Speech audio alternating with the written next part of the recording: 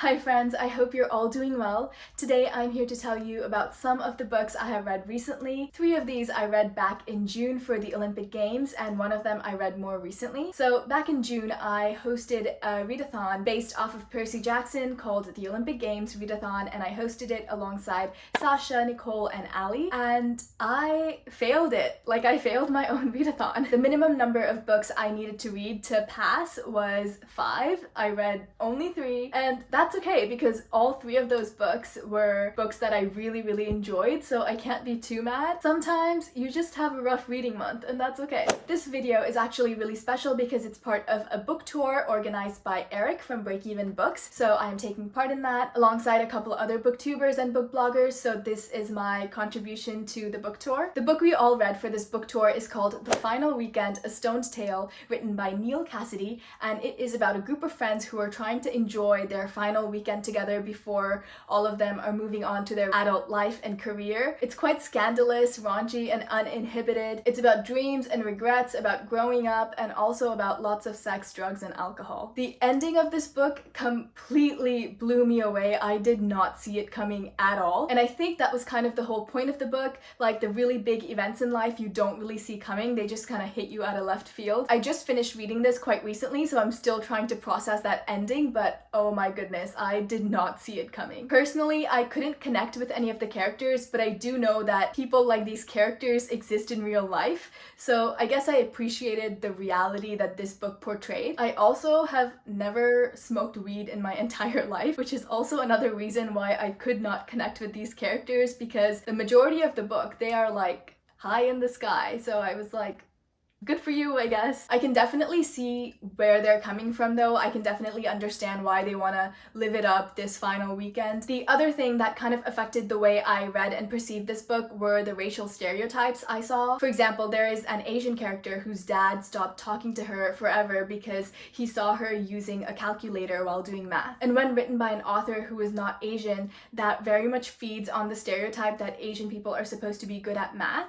So it didn't really sit right with me. And the N-word is used several times by characters who are Black, I think, but the author himself is not Black. So those are just some of the things I feel like I should mention. Overall, it was definitely out of my comfort zone and unlike anything else I've ever read before. And I don't really know what genre this would be. I guess contemporary, but it is very different from all the other contemporaries I've read before. It revolves very much around college life, but not like the romanticized dark academia college life, more like the down and dirty party college life. So it's very interesting and very different. So if it sounds like something you might want to take a peek at, I'll leave the Goodreads for it down below. Now, moving on to the books I read in June for the Olympic Games. The first one is You Should See Me in a Crown, and this was one of the most wholesome, cute, amazing, wonderful books I have ever read. I gave it 5 out of 5 stars, and I highly recommend you guys pick it up if you haven't already. We follow a girl named Liz who's about to graduate from high school, and her financial aid for college falls through. Her school has this like scholarship for prom court, so then she runs for prom queen to win that scholarship so she can go to college. And then she falls in love with this other girl also running for prom queen, and it's just very cute. She's also one of the only Black students at her school, so in the past she has tried to like blend in, but because of her running for prom queen, she very much like stands out, and the whole book is her journey being okay with like standing out and being different and kind of taking pride in who she is as a person. So very much recommend. It is so cute. I loved it, like I said, like 200 times. The next 2 books I read are part of the same series, and those are The City of Brass and The Kingdom of Copper.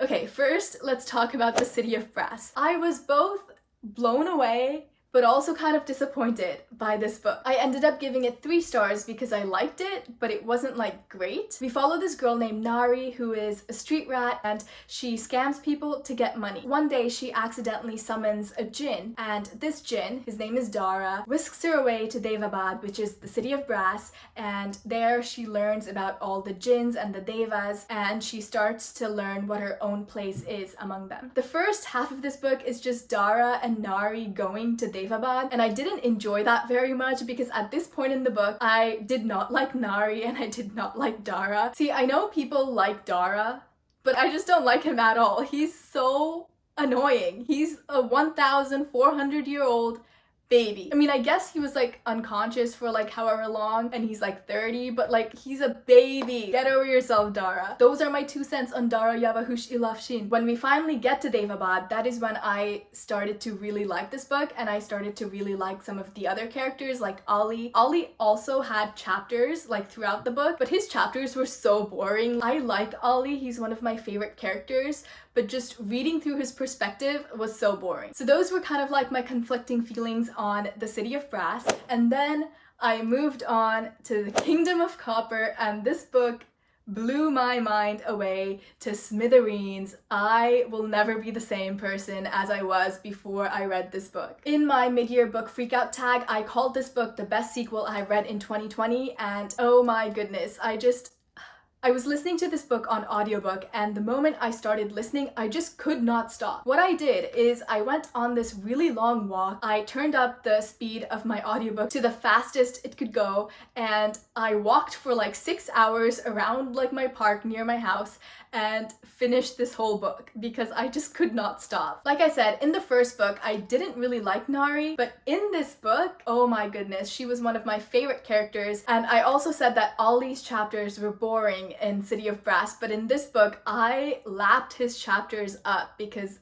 they were amazing. I also love Muntadir and Jamshid, like, oh, my little babies. None of these characters are really good people. I feel like they're pretty morally gray, but that makes me love them more because I love morally gray characters. There are definitely some things that I can pick out and be critical of. For example, I would have loved to see more female characters, and I would have loved to see Nari be more independent and less dependent on Ali, but I suppose I understand because of the situation that she was in. I also love when magic has rules and limitations, but especially near the end of this book, it seemed like the magic just went haywire. There were no rules, no limitations, and the magic was just like everywhere. I think I might have enjoyed the book a bit more if the magic was like more limited and less just like boom, if that makes sense. Overall, I loved The Kingdom of Copper. I cannot wait to get my hands on Empire of Gold. I have it on hold at the library, so hopefully I can get it soon. This is my heart before Kingdom of Copper, and this was my heart after Kingdom of Copper. Anyways, those are the 4 books I have read recently. Please talk to me about them if you have read them as well. I would love to hear your thoughts. If you agree with me or disagree with me, if you like Dara or if you don't like Dara, I just want to know. But also know that I am Team Ali all the way. This is a really short video, so I think I'll just tack on to the end all the books that I'm reading currently, just so you know what's up. I'm currently buddy reading Shorefall by Robert Jackson Bennett with Nicole from Nicole and Her Books. We actually buddy read the first book as well, Foundryside, back in like October or November, I think, and both of us really loved it. It was like a 5-star read for us, so we decided to buddy read this again. I'm also in the middle of reading The Dragon Republic, which is the second book after The Poppy War, and I love The Poppy War. My mid-year book freakout tag was basically me gushing about The Poppy War for like 10 minutes, so I am super excited about this book. And lastly, I also need to finish Dark Dawn. I haven't really started, and I'm not really in the mood to start it either. Like, it just kind of sits there on my shelf and I just like look at it every once in a while and I'm like, so hopefully I can like work up the courage and the motivation to pick this up soon. I just like think about those footnotes sometimes and I'm like, no thanks. We will see about this one. But the other 2, I am super excited to finally read and finish. Anyways, those are the 4 books I have read recently and 3 of the books I am reading currently or hope to get to soon. Please let me know if you have read any of them. My name's Ishi. Thank you so much for spending time with me and I hope your day is as wonderful as you are.